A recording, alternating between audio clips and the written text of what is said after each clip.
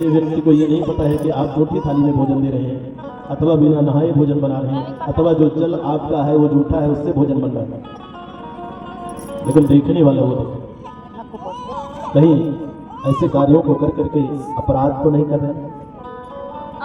इसलिए माताओं से निवेदन है, अपने घर की रसोई को इतना पवित्र रखें, अपने घर के जल को इतना शुद्ध रखें कि कोई आ जाए तो एक गिलास पानी देने में हमें संकोच नहीं होगा।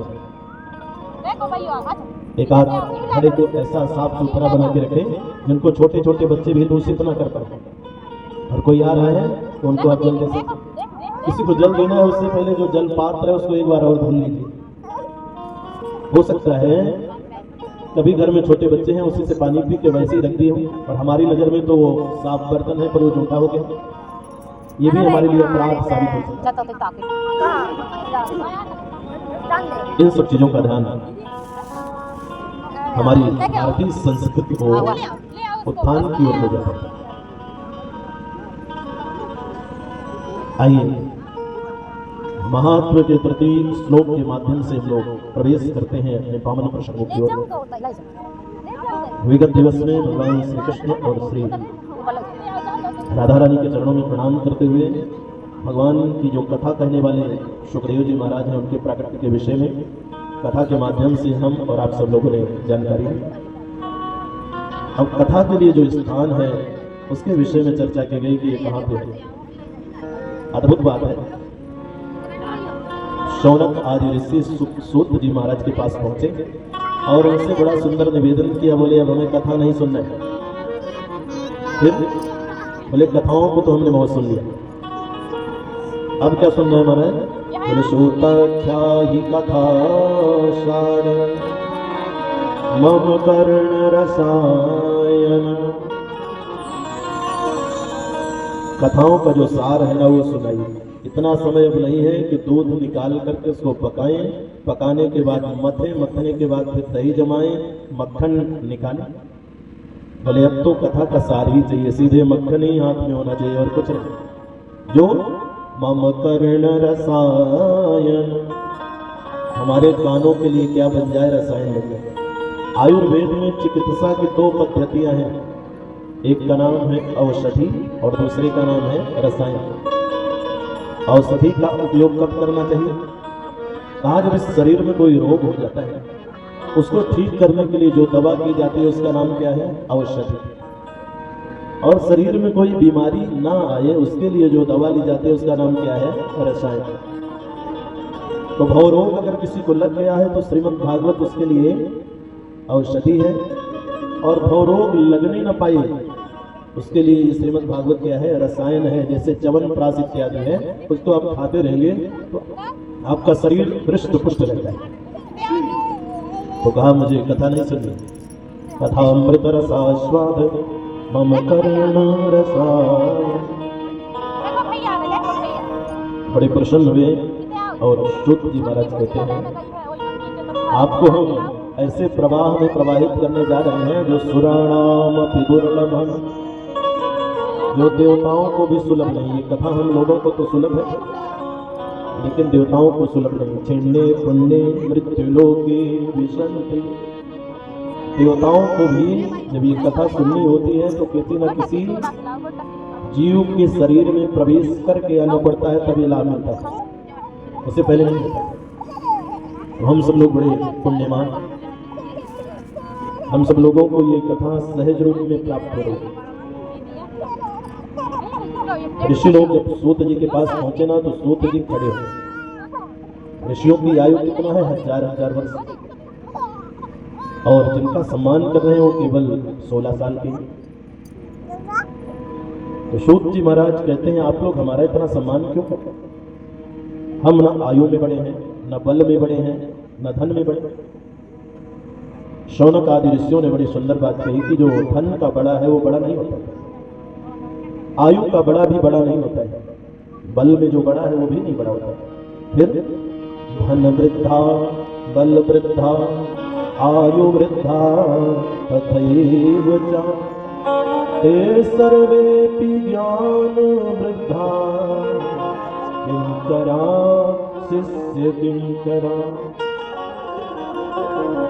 जो बल में बड़ा है वो बड़ा नहीं, जो धन से बड़ा है उसको भी बड़ा नहीं कहा, आयु में भी बड़ा नहीं कहा गया। ते सर्वे भी ज्ञान वृद्धा, जो ज्ञान में बड़ा है ना उसको सर्वश्रेष्ठ कहा गया है। तो सौनक आदेशियों ने कहा महाराज आपका सम्मान हम इसलिए कर रहे हैं क्योंकि आप अज्ञान को दूर करने में एक नहीं करोड़ों सूर्य के समान तेजस्वी। क्या ये कथा सुना नाम अपनी दुर्लभ, देवताओं को भी दुर्लभ है। एक बार नारद जी महाराज भ्रमण करते हुए जा रहे थे, जहां पे हमेशा सम्मान होता था वहीं उपहास होना शुरू हुआ। तो नारद जी को चिंता हुई, शांति की खोज करने के लिए चल दिए। समस्त तीर्थों में भ्रमण किया पर कहीं शांति समझ में नहीं आई। जब हम अशांत हो जाते हैं, चिंता में जाते हैं, तो भगवान की शरण में पहुंचते हैं कि भजन करें, दर्शन करें, हो सकता है चिंता से छुटकारा मिल जाए। तो नारद जी महाराज सभी तीर्थों में भ्रमण किया, श्रीरंगम, सेतुबंध, रामेश्वरम इत्यादि में गए पर शांति नहीं।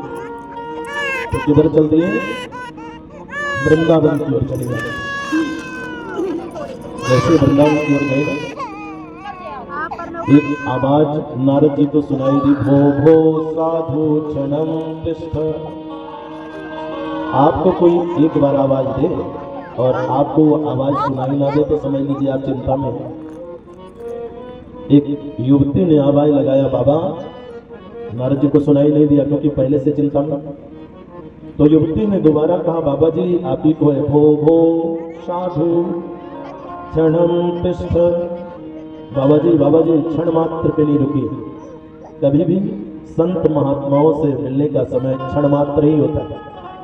हमारा शास्त्र कहता है संतों का क्षण और अन्न का कण, ये दोनों बड़े उपयोगी हैं। अन्न का भी दुरुपयोग करना एक दिन बदला नहीं होता है। इसलिए भोजन करते समय अपनी थाली में उतना ही प्रसाद रखाएं जिसको फेंकना ना पड़े। 2 बार ले लीजिए, 3 बार ले लीजिए, लेकिन अन्नपूर्णा का अनादर करना एक न एक दिन बदला लेगा। पैसा तो जेब में है लेकिन जंगल में कहीं ऐसा फंस गए कि कुछ मिल ही नहीं रहा है तो क्या करें। तो युवती ने आवाज लगाया, भो भो साधु क्षणम तिष्ठ। बाबा जी क्षण मात्र के लिए रुकिए और रुक कर क्या करिए, मैं चिंतामपि नाशय। हमारी चिंताओं को दूर करिए बाबा। नारद जी महाराज पीछे घूम करके देखे और कहा, देवी काशिप्तम आप हैं कौन? युवती ने अपना परिचय बताया, बाबा अहम भक्तिर्विख्यातम इमौ में तनयो मतो।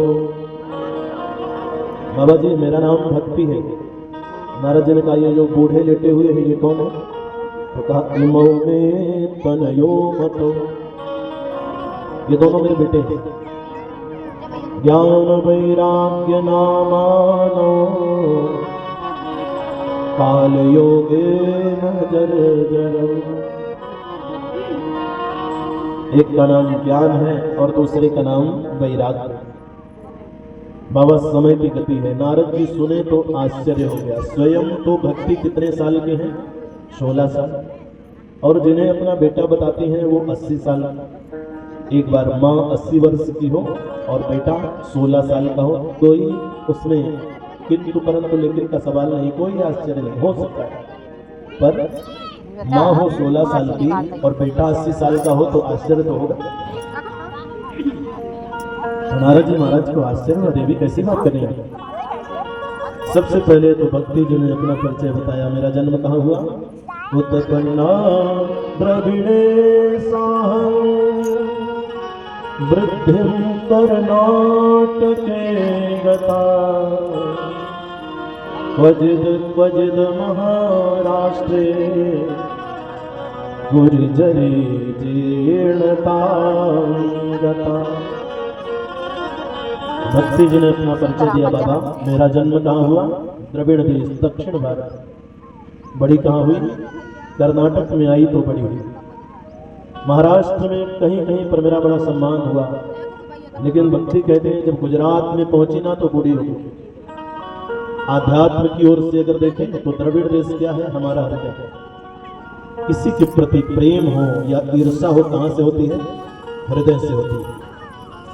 कर्नाटक बने कान किसी के बारे में चाहे अच्छा सुने अथवा कुछ और सुने, सुनते तो यहीं से, तो सुनते सुनते हमारी श्रद्धा बढ़ती है अथवा श्रद्धा कम हो जाती है। तो भक्ति बढ़ती और घटती कहां से है? वृद्धिम कर्नाटके। महाराष्ट्र क्या है? हमारे शरीर को ही महाराष्ट्र की संज्ञा दी गई है, क्वचिद महाराष्ट्र। तो भक्ति जी कहते हैं गुजरात पहुंची ना तो बूढ़ी हो गई। तब ये दोनों हमारे बेटे जहां जुबान थे, इन्होंने क्या किया? मुझे अपने कंधे में लिया और लेकर के चल दिए। बाबा अद्भुत करिश्मा तो मेरे साथ तब होता है जब पहुंचती हूँ वृंदावन की सीमा में। जैसे ब्रज की सीमा में पहुंची, परिवर्तन क्या हुआ? वृंदावनम